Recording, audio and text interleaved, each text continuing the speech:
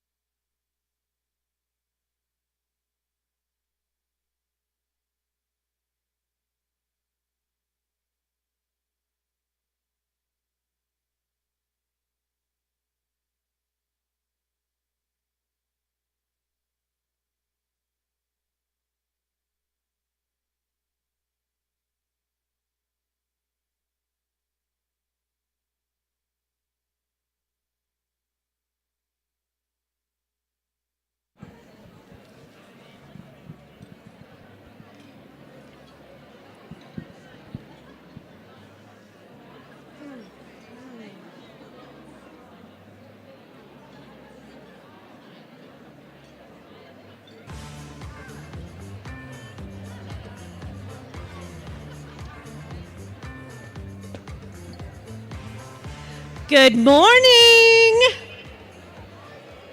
Hello. How is everybody? Yeah, okay. It's not too early to yell. I love it. Great. So I'm going to start off this morning with kind of a sad announcement. We have a missing sequin dolphin from the school specialty. I know. The school specialty booth is missing a sequin dolphin. They just want him back.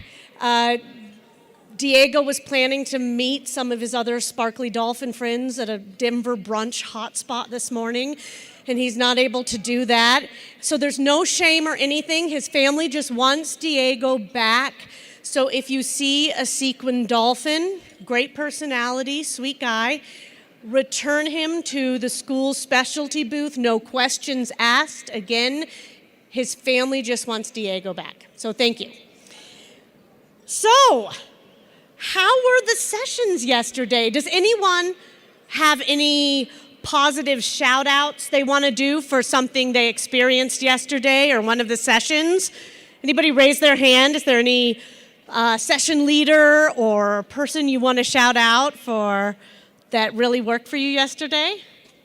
I know there's got to be someone in here who attended something really great yesterday. Oh, wait. Okay, I'm coming over here. Who said that? Oh, there. I'm coming at you. No, I'm just going to. Who were you shouting out? Trevor Newton. Trevor Newton. I'm going to come at you. What did you love about? His energy, the way he delivered his message, and he kept the crowd entertained. That's wonderful. Well, anybody else got a shout out they want to give to anyone? All right, well then I'm just going to skip on.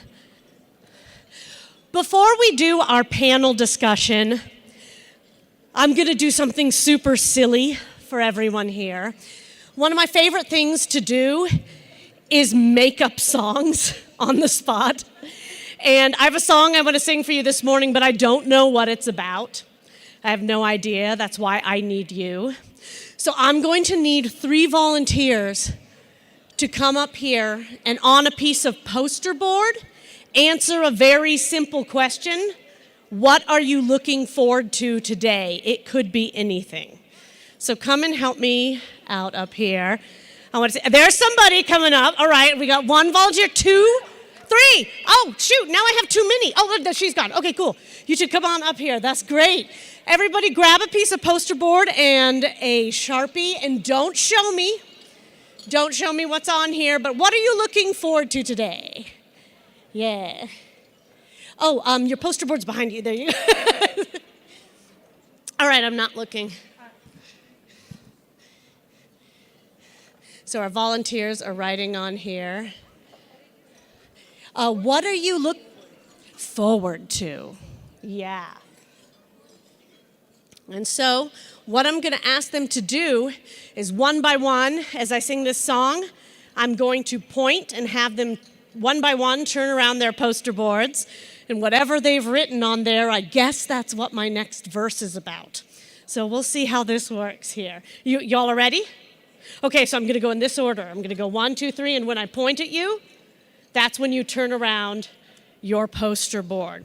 All right, so are you ready, number 1? All right, let's start the music, and go ahead. Today is a very special day. I'm gonna meet new people, better people, different people than the old ones I'm bored with.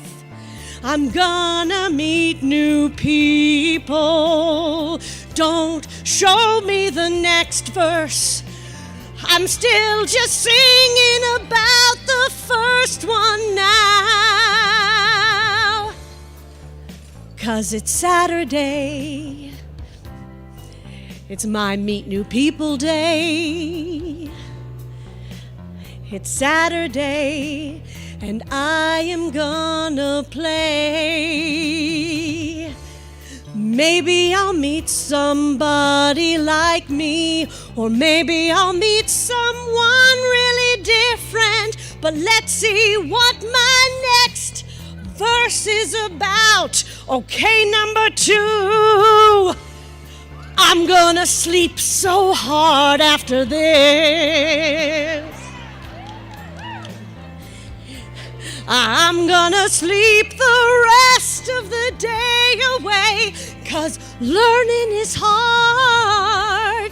I may not be moving around very much, but my brain is working on new concepts and such. I am so freaking tired. But you know, it's Saturday. I'm gonna nap the day away, yeah. It's Saturday, just a couple of sessions to go, and then my pillow. It's Saturday, maybe a shot or 2 of Tanqueray, and then I'm gonna take a nap. But what is my next verse about? I'm gonna be bouncing ideas off of fellow teachers. New ideas everywhere. Bouncing new ideas like a magical rubber ball made of thought. I am bouncing off the walls. I am bouncing new ideas around in my brain, because without other people, I love this table. This is the table. Well, it's Saturday, so put your cares away. Yeah, it's Saturday, and I'm gonna tell people about my new ideas. And then those new people, I'm so glad I met them. But when it's all over, I won't forget them, even after I've taken a nap. Thank you very much for letting me do this ridiculous thing for you. And thank our amazing volunteers. There are songwriters here. Wonderful. Thank you so much. I really appreciate it.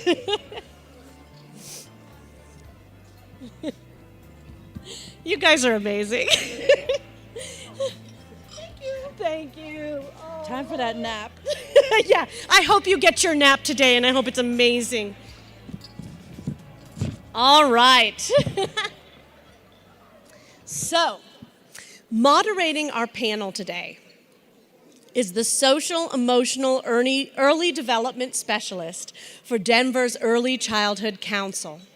Susan Kay has worked in early social emotional development for over 25 years. First as a child and family therapist in private practice, and then as an attachment-based therapist for a nonprofit therapeutic preschool.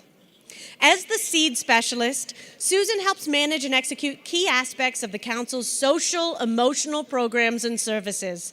She also actively shares her knowledge of early childhood mental health and social emotional development with other coaches to expand capacity in this area.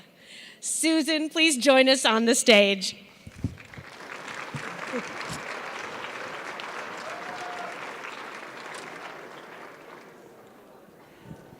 Thank you for that wonderful introduction. I am so thrilled to be here today with this wonderful group of women who are going to share their experience with you all. So first we have Mary Nelson, who is the director of the Denver Cooperative Preschool. Please welcome Mary.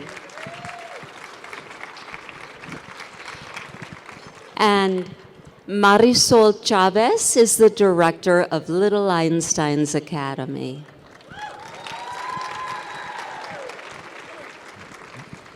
And Maggie Rittenhouse, who heads up the Warren Village Early Learning Center.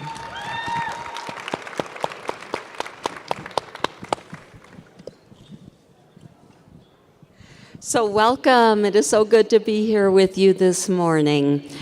I'd like to start by having you all introduce yourselves, say a little bit about who you are and about your center. So, Marisol, will you start? Hi, everyone. Good morning. My name is Marisol Chavez. I am the director of Little Einsteins Academy. We care for ages 1 to 5 years old. We're a bilingual program. 90% of the instruction is done in Spanish and 10% is done in English. We are located in the southwest area of Denver, and we work with families, low-income families. And Mary. My name is Mary Nelson, and I'm the executive director of the Denver Cooperative Preschool. We are a nonprofit, community-based parent cooperative that was founded in 1960. We serve children ages 2 through 6, and we are located in central Denver. And our model is really focused around supporting children with programming, but also creating a community for parents and caregivers to come together through spending time in the classrooms, volunteering, getting to know others in the community. Thanks. And Maggie. Good morning, everyone. My name's Maggie Rittenhouse. I'm the director of Warren Village Learning Center. Warren Village is a nonprofit organization in the Capitol Hill neighborhood. It serves single-parent families that are unhoused and have faced homelessness. So it takes a two-generational approach, both serving the adult and the child. So the garden level, we have the Learning Center where we care and educate kiddos 6 weeks to 5 years old with an after-school program and a summer program. Great, thank you all.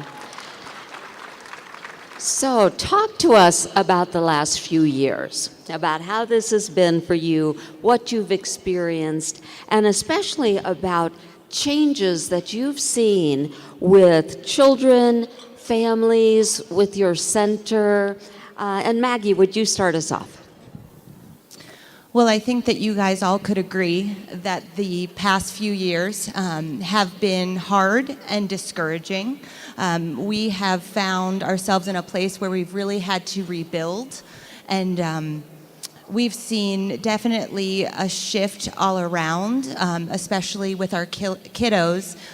We've seen some, I would say, areas of growth around self-regulation, self-help skills, and then that obviously has impacted the staff that work in the field, our educators, and it really has, I would say overall, everyone's capacity and tolerance has lowered a bit, and we've really had to be adaptable and flexible to what we're seeing in the classrooms.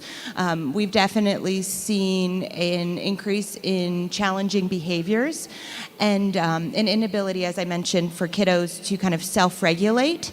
And it really, again, has teachers have struggled with teaching in the classrooms because they are dealing with a lot of challenges in the classroom just with the kiddos. And then insofar as for the families, we've really had to rebuild community and with communication and moving from parents that were once in the building to not being in the building and then coming back in the building and building that that communication piece with teachers and parents.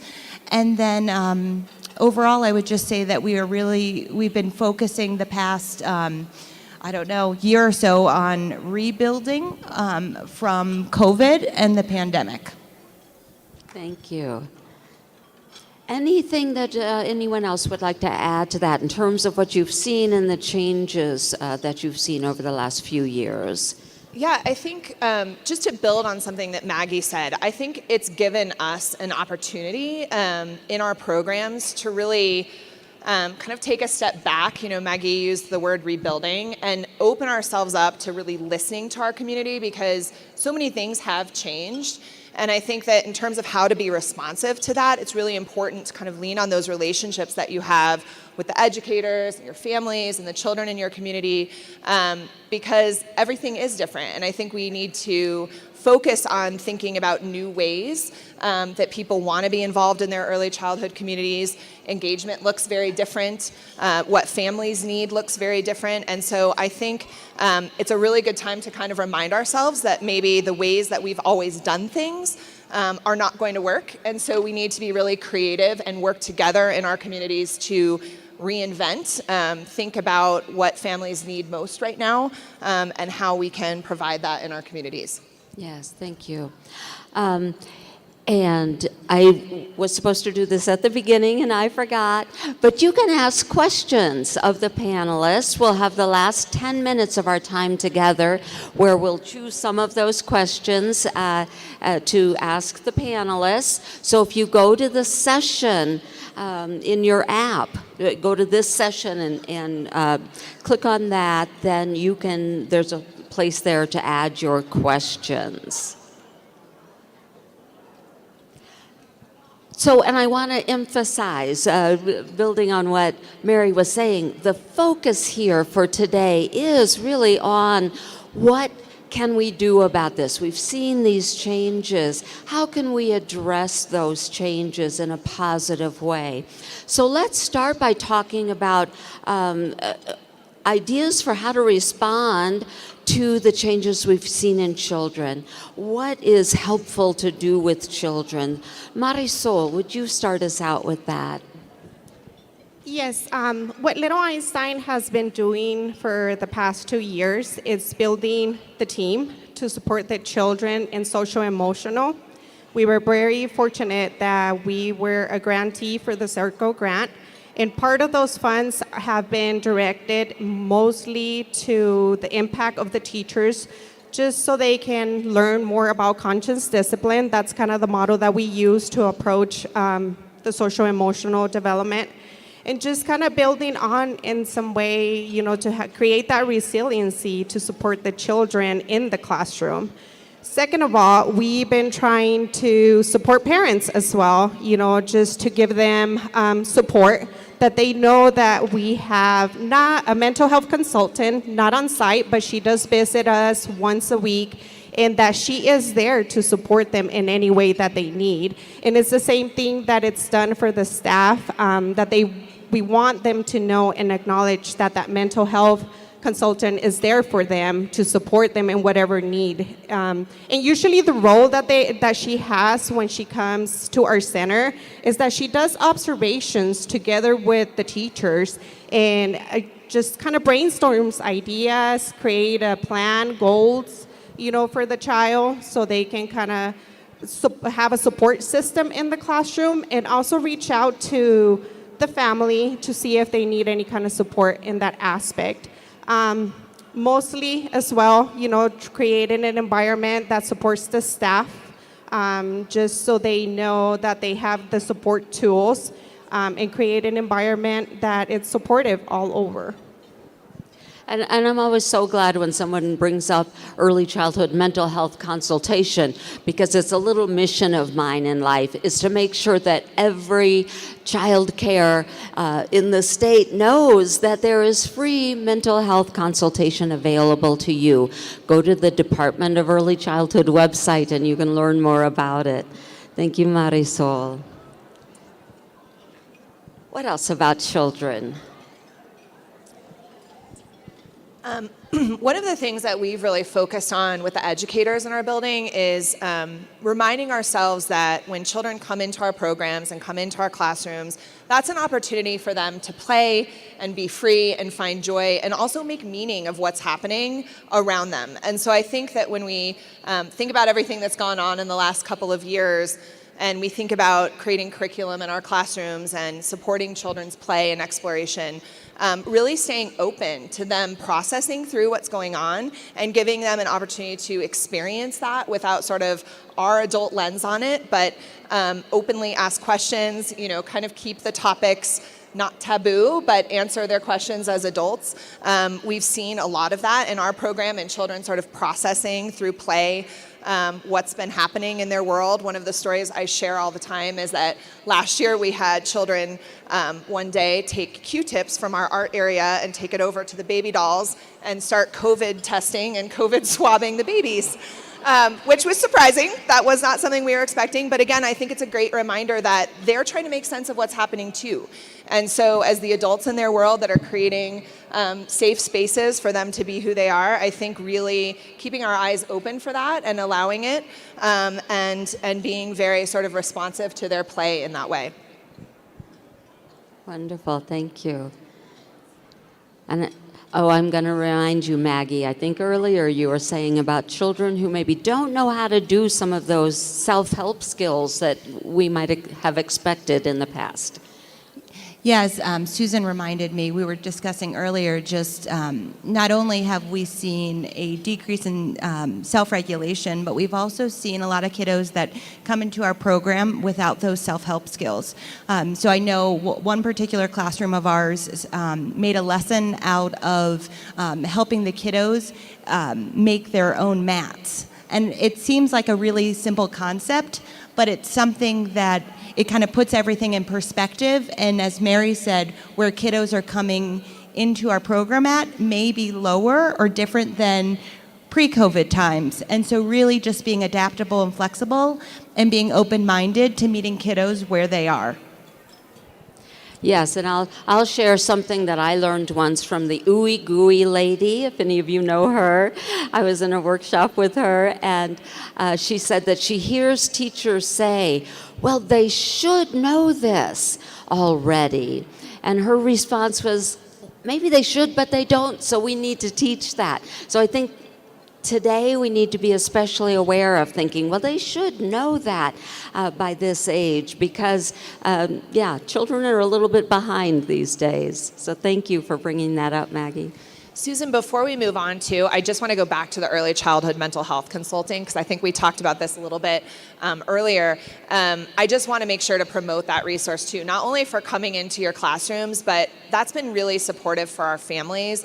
Our early childhood mental health consultant has connected us with a few parenting groups that families can be a part of over Zoom in the evening. Circle of Security is one of them.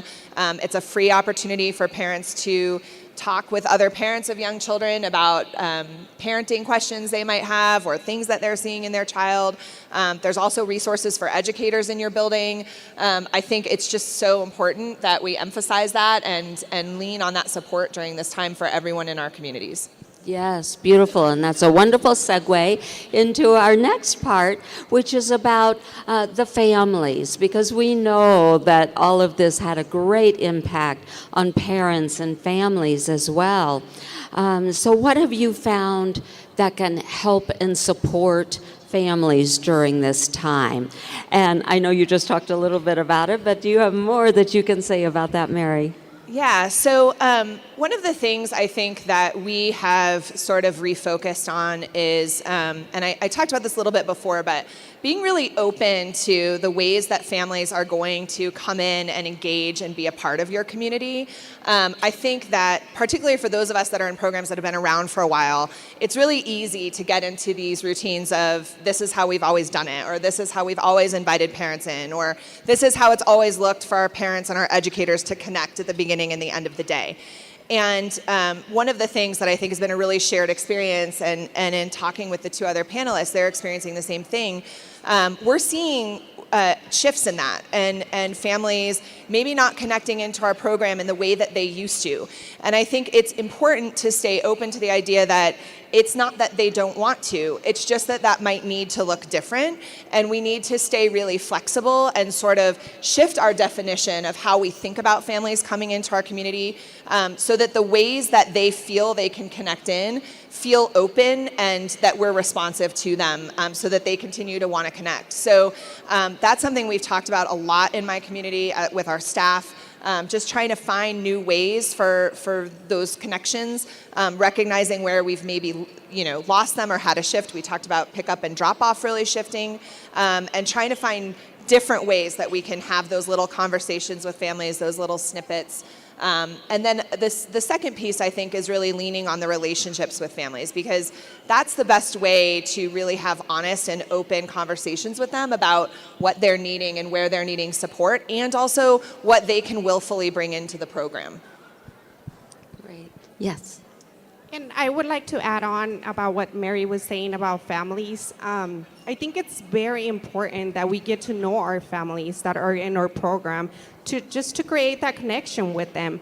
I think in some aspects when families are dropping off their children, a smile can bring a lot into how the day is going to go. I think that's very important in the way you say good morning, in the way you're connecting with that family. And you need to get to know that family very well just to assess needs as well. Anything else about the families? I know it's just something that comes up in some of the workshops that I teach, this idea of the importance of building those relationships with families before a problem arises. And I think that's what you're talking about, Marisol, just so important. All right, what about your staff? Because we know that the last few years have had an impact on the individuals working in this field, on the entire field, and I know you've seen that with your staff as well. So talk to us a little bit about what are you doing to address that? What kinds of things are helpful and supportive for your staff? And Maggie, would you start us out? At Warren Village, we also are a Circle grantee, and like Marisol, we have also been implementing conscious discipline. And one of the reasons is not only does it support the child, but ultimately it benefits the adult and the caregiver. And so that's one thing that we've been working on the past 6 months. And just overall, I think that we've really, I would say I try my best to really provide a space of support and being flexible and available and just being open to whatever that may look like for that individual, whether it's doing a check-in session, whether it's pushing into the classroom and helping support that kiddo, making the mat, whatever it is. But following the lead of the staff, I think is really, really important, and just being available in whatever capacity. Yeah. I can add towards that too. I think in some way they have also been experiencing some hardship in all this 2 years. And for us as directors and to be able to acknowledge what they're doing on a daily basis, it needs to be encouraged in the community that we have as a school. One of the things that I did in change during COVID, we kind of changed the hours for the staff. So once a week, one staff member gets to leave at 1:30. So we have like a rotation in hours. And I think this has created some supportive between them. They kind of can say, there's this day, there's Monday I leave early. I get to do some things instead of working that 8 to 5 all the time.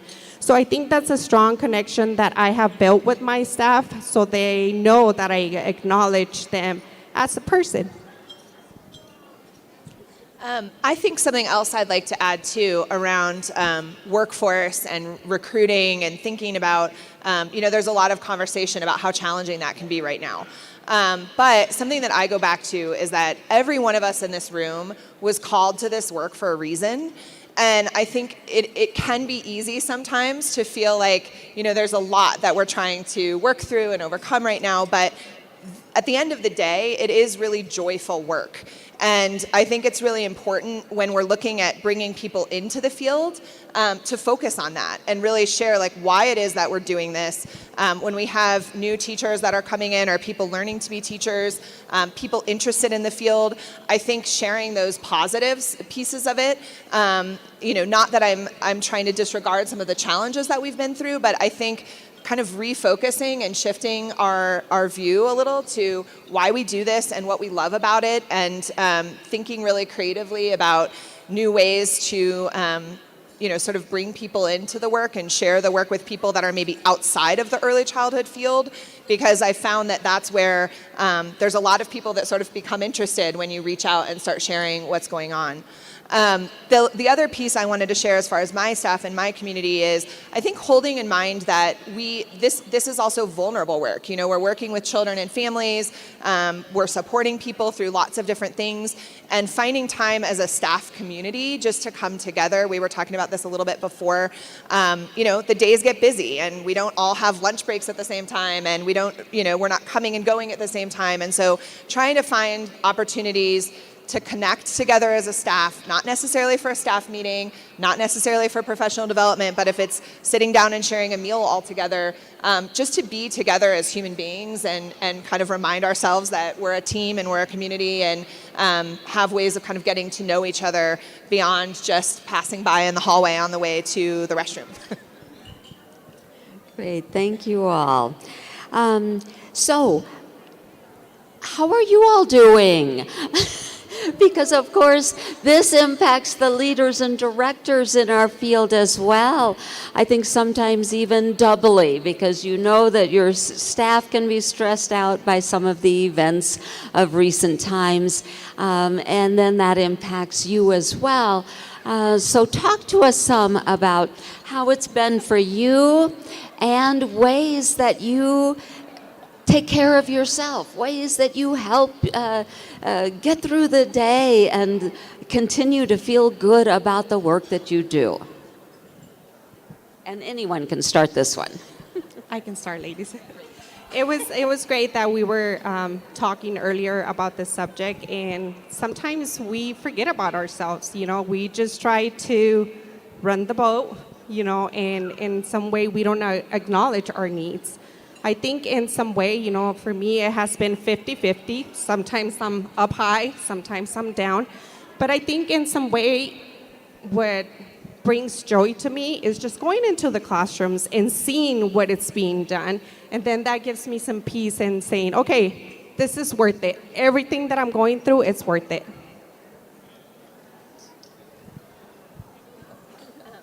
So one thing that I have done, and I, if you know me at all, you know I talk about this a lot, but there are really amazing networks of other leaders and supports to the system that have been, you know, I honestly I'm not sure how I would have gotten through the last couple of years without them. I'm here in Denver, so I am part of a couple different groups of directors through Denver's Early Childhood Council, and you know, one of them, which is a professional learning community of directors, when everything shut down in March of 2020, we went from meeting monthly to meeting weekly over Zoom.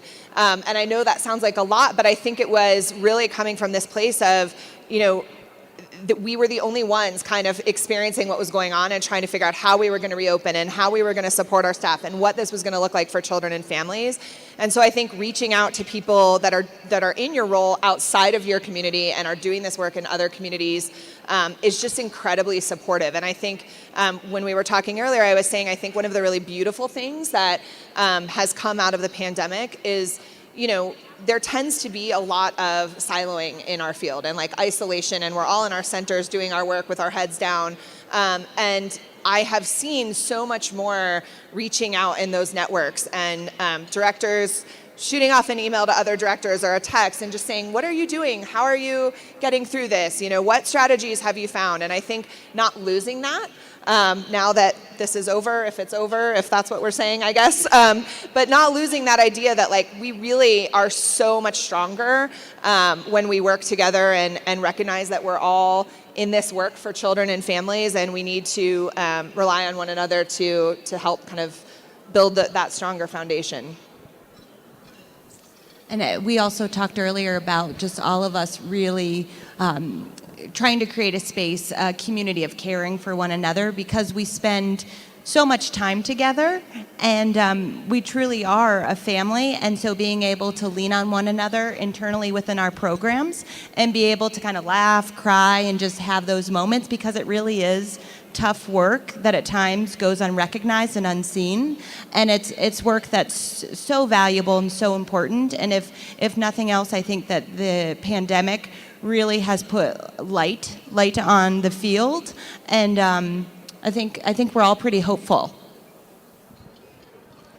That's lovely. I've heard a lot from directors about this, need to be open to the emotions of their staff, right? Because we've all been feeling a lot during this time. So it's lovely to hear that that's part of what you're doing there, Maggie.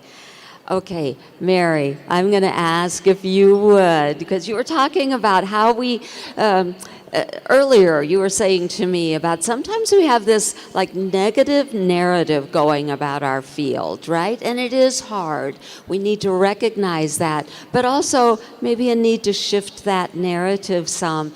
That can really help with this whole idea of retention and recruitment. So will you tell that little story about how you got one of your recent teachers?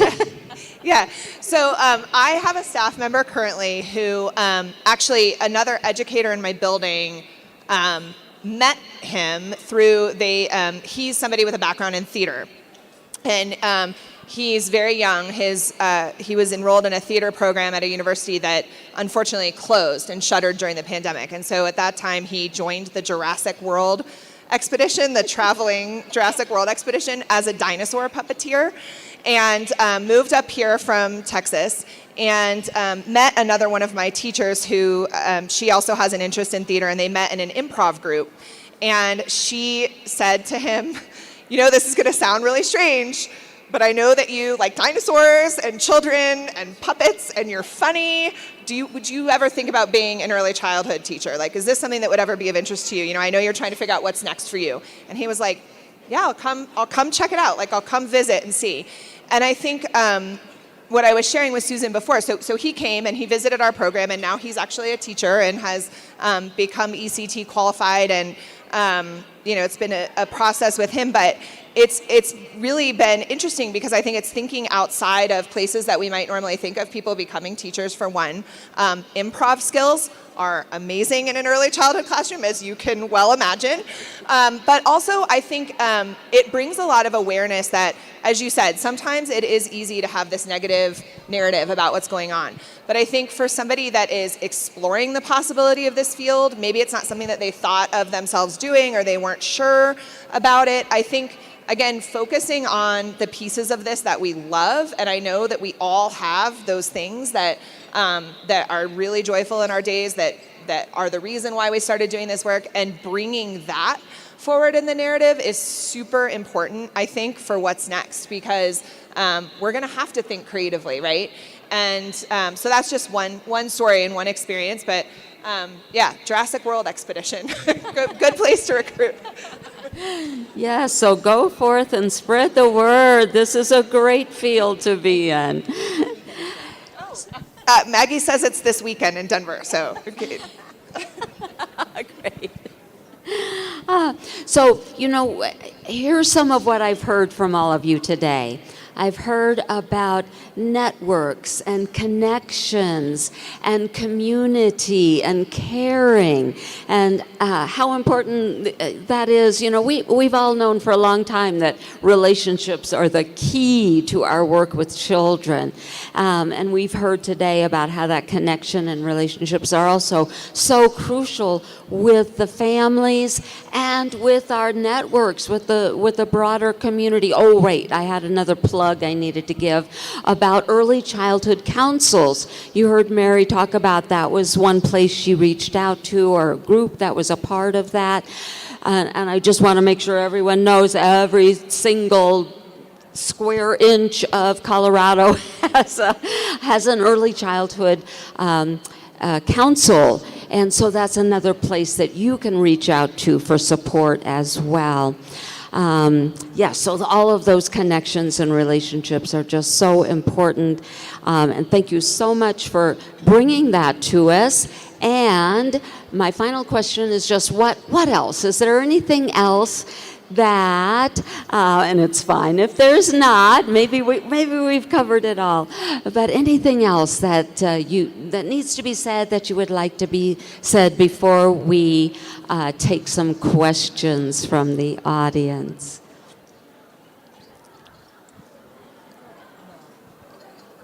Oh, we've got it. I think we're a little early. Are we ready with the questions?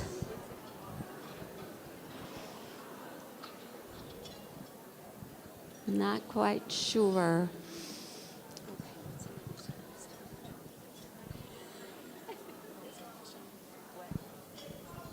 Oh, we've got it. Now, is someone going to read that out loud? Because we can't see it. Oh, here it is. Okay, what supports are you giving teachers in and out of the classroom as directors? Any advice for other center directors and managers? So I think someone's looking for some more of those kind of specifics. Anything else? We talked about a little bit, but what else might be really helpful for directors in giving support to their staff and teachers? So I would be happy to speak to this a little bit. I think we actually had a really great conversation this morning, the three of us and Susan, just about, and Maggie touched on this a little, but children being in a different place than they were. And kind of holding that, developmentally, we're seeing children hit milestones at different points. We're seeing some new behaviors come into our classrooms. And so from my end, and when we were talking about this morning, I think spending a lot of time in the classrooms alongside the educators first, so that I'm observing right along with them what they're seeing, so that when we're kind of having conversations about it later and processing through what's next and what might be needed, I can speak to it really from a place of having seen it. But also, I think something we talked about is for educators, I think for both those that are new to the field, but also for those that have been doing this for a really long time, it can feel sometimes, I think, a little surprising or discouraging, especially for those that have been working with children for a long time, when these new behaviors are coming in. Like, I have this toolkit, or I thought I did, and I've tried all these things, and gosh, like nothing that I'm trying is working. And I think reassuring our staff that, yes, we are coming out of something that we have never seen before, and that's okay. And it's okay to say, I need some new strategies. I don't know. I need some help and support. I think that's also really powerful for the new teachers in the building to hear that, like, we're all always in this space. And when I say it too, I haven't seen this before. I'm going to try to help. We're going to put our heads together and draw upon resources, but acknowledging that a lot of what children are experiencing is entirely new is a really okay thing and a really important thing, I think, for program leaders, experienced educators, new educators, kind of all being in that conversation together. And I love how that you as a director are modeling being able to say, I don't know, but we're going to find out. We're going to work this out. And then encouraging your seasoned teachers to be able to say, I don't know what to do here, and come to you or to other teachers for help. And then that really can open the door for those newer teachers to realize, oh, it's okay to not know. I love that. Thank you.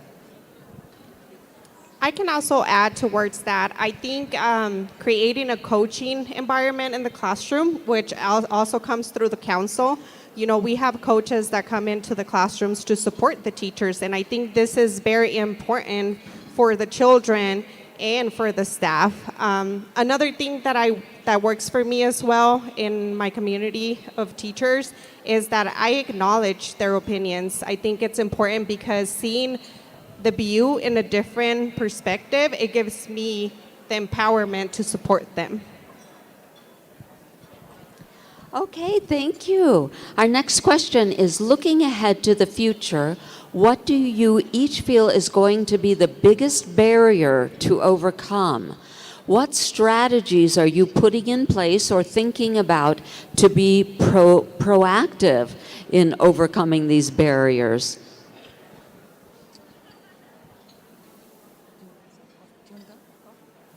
I think one of the challenges that we've all experienced is the shortage of teachers in the field, and those that have left and those wanting to come into the field. So I think overall the recruitment and the retention.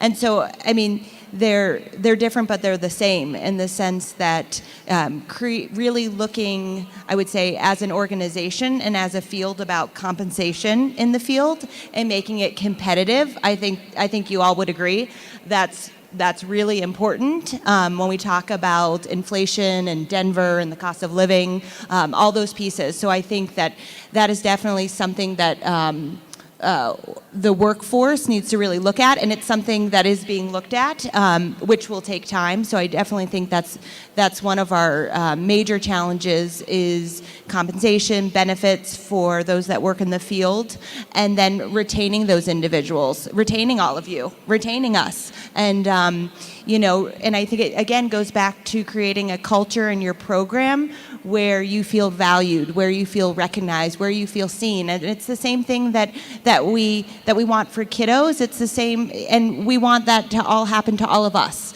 And to really acknowledge that the field is more than just mediocre.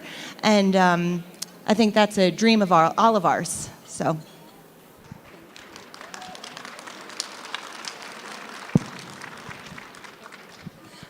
One thing that I want to add onto what Maggie just said is that I think that this is also the time that early childhood needs to sort of step outside of our field a little bit and advocate for the work that we're doing, why we're essential, why this is critical, valuable work. I think that I felt like we gained a little momentum actually, when the pandemic first started, and then it's easy for us to kind of put our heads back down and get back to work and not think about being out in our communities outside of early childhood and really talking about the work that we're doing and why it is in my opinion, the most important work.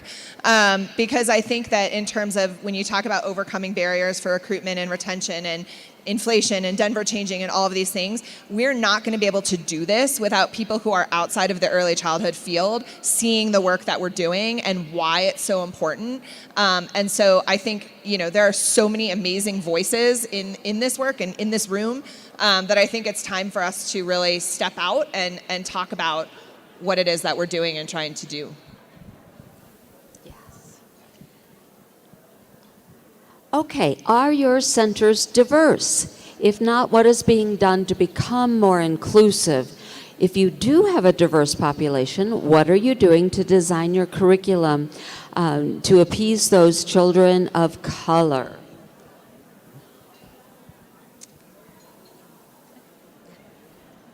I feel that our center, it is diverse. I'm continuing trying to bring new input into our center. And one of the latest ones, it was a training that was done for all inclusion. And they gave you the tools, they gave you the curriculum so you can enforce it in the classroom. So I think in some way we're always connecting, and we're trying to make sure that our classrooms are adapted to make an inclusion for everybody and addressing everybody's needs. Yeah, I would say that our program is extremely diverse.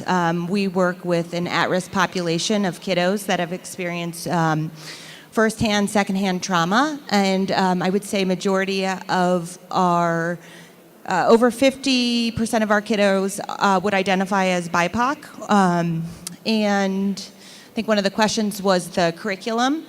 We do use a standardized curriculum of creative curriculum with Teaching Strategies Gold as the assessment, but we are focusing on trauma-informed care, not only trauma-informed care, but self-care, as well as really focusing on DEI work and making sure that we are an inclusive program and that we are hiring teachers that the kiddos that we serve can identify with. And we think that's really important when we talk about experiences and childhood experiences.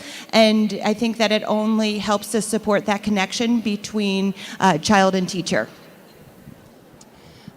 So for my program, I think that this is something that has been a longer process for sure. A lot of times when people hear the word parent cooperative, especially because that is a model that is older, there's a lot of ideas and notions out there about what that looks like. And immediately right off the bat, I think there's a lot of people that think, I don't have time for that. Like, I can't. Both parents in our household work outside the home. We don't have time to be spending in the classroom all the time. And so I think the first challenge has been on us to really think about focus solely on what our mission is and what it is that we're trying to do, and think about ways that we can do that differently to be more adaptable and open and inclusive of what families look like now, especially when you're a program that started in 1960, right? Because families look very different now than they did then. I think the second piece of that, though, is that it's one thing to say, like, we want our program to be more diverse, but it's another thing to look at what it is that you're doing in your classrooms, in your hiring practices. How accessible is it to have a voice on your board? What does it look like to participate in your program? Are there plenty of different ways for families to come in and be part of it? So it's a constant sort of reevaluation of all those aspects of your program, because you're not going to increase diversity unless you've sort of looked at, do we have a diverse staff? Do we have ways that the families can access the program, depending on their work schedule, depending on their needs, depending on what their family looks like? Do families feel welcome here, and do families feel comfortable here? Again, it's one thing to say, we want a diverse community, but if they're not feeling welcomed in the activities that you're doing, you're actually doing more harm in that process. So I think it's something that we are always looking at and trying to kind of, like I said, redefine what does a cooperative look like? And if our mission is really to support families, there's lots of different ways to go about that beyond some of the like traditional ways that we think about, or normative ways that we think about families engaging in programs. Thank you. So our next question is, how can we get mental health services to families who are not open to receiving them? If anyone had experience with that issue? I think this is a great question. I think just hearing the word mental health freaks out parents in some way. I think it's educating our families in some way in what mental health is about in their support system, without putting that criteria that there's something wrong either with the family or with the child. So I think importantly, it's educating families on that aspect. And I think those conversations are easier had once that relationship and that connection is built. And as you all are probably aware, that sometimes takes time.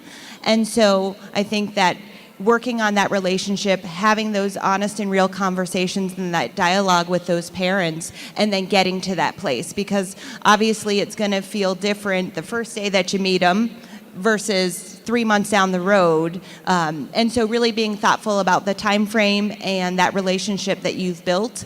And then if there is someone, I would say, kind of safe within your program or organization that could also be a part of those conversations, maybe it's an admin, maybe it's the mental health clinician, maybe it's another staff person that you know of that has a connection with a family. I think that's also helpful.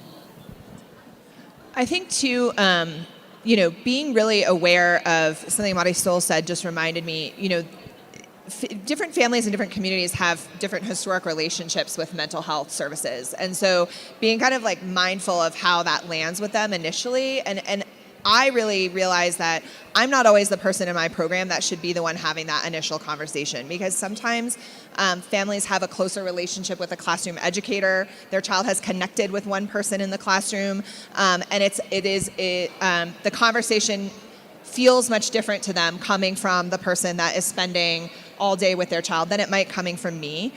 So I think, again, being mindful of those relationships and where the best place to kind of like open that door. The second piece is also being aware that like there's lots of different ways for families to access mental health services that might not be a direct referral right away. Like we talked about the parenting groups, the parenting classes, like bringing those things into your program so that families start to be aware of it and hearing that language around mental health for young children, that young children do have mental health. That's something that I think gets forgotten a lot, but I think that can be sometimes a more comfortable entry point than necessarily like a direct referral. Yes, thank you. Boy, it really does come back again to that relationship. I always feel like, boy, if we build those relationships with the families from the beginning, and we talk to everybody about the mental health services that are available. So it's not, I'm coming to you as an individual to say, your child needs this. But they've been hearing about it all along. So I love your comments. Thank you so much. Okay, our last question. So it is obvious that preschoolers have missed out on lots of life experiences. It feels like teaching all kinds of themes and subjects are falling in a vacuum because the kids lack those prior life experiences. Can we catch up? This is such a great question, and we were just talking about this also this morning. I was sharing that I had a conversation with a child psychologist who was saying that like a lot of developmental evaluations and things like that need to actually be renormed because children have not had the experiences to draw from to speak to those things. So. I think for me personally, and this is just me, but rather than thinking about it in terms of catching up, I like to think about it in terms of it's on us to now understand where children are at, and it's okay. I think that there's an acceptance that needs to happen that rather than catching up, it's really seeing them for where they're at, and then where do we go from where they're at right now, and the same with families, right? What has shifted and where do we go from there rather than necessarily trying to replace whatever was lost. And so I think, we do have to be mindful of it in our classrooms because children are bringing different experiences in, but trying to sort of say, this is where they're at and we're gonna start from there. And Maggie, I've heard you talk about the importance of individualization. Can you say a little bit more about that, and especially as it affects where children are these days? Yeah, I mean, I second exactly what Mary has said. I don't think I could say it better. But yeah, I mean, really, I think we need to really look at when we talk about individualizing, differentiation of instruction, personalization, I think that that's something that we need to really look closer to. And again, what Mary said is like we really need to see where kiddos are at and meet them there. And if that means that they need more supportive services in the classroom, if they need more visuals in the classroom, whatever that looks like, I think it's a really key opportunity right now for us to modify our practices and the way that maybe we've done things in the past, and be more adaptable and flexible, not only with kiddos, but families, with educators, all of us. I just think we're in a place of really being having to be more flexible and open-minded about the field and former practices that need to shift for the well-being of the child. All right, and I think.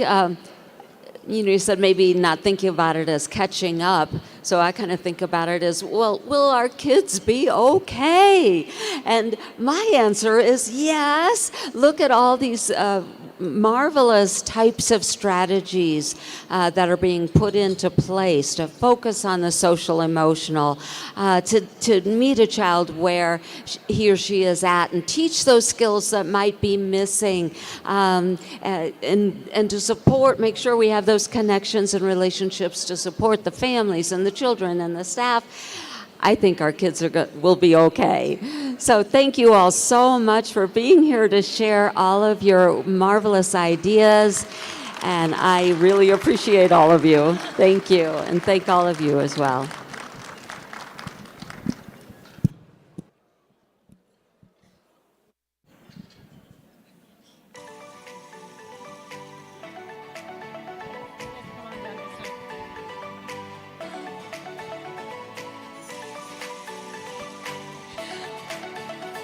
Hey, everybody, help me thank our panelists and Susan one more time. Thank you so much.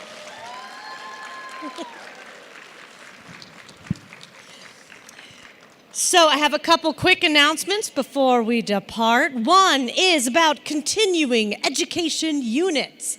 They are available for this conference, so look out for some emails about these after the conference. Also, from the conference organizers, they're aware that the points for videos on the app aren't working. They say, sorry, please do the other activities for points. And then last, breakout sessions begin at 10:30, and then we're back here for a boxed lunch at noon.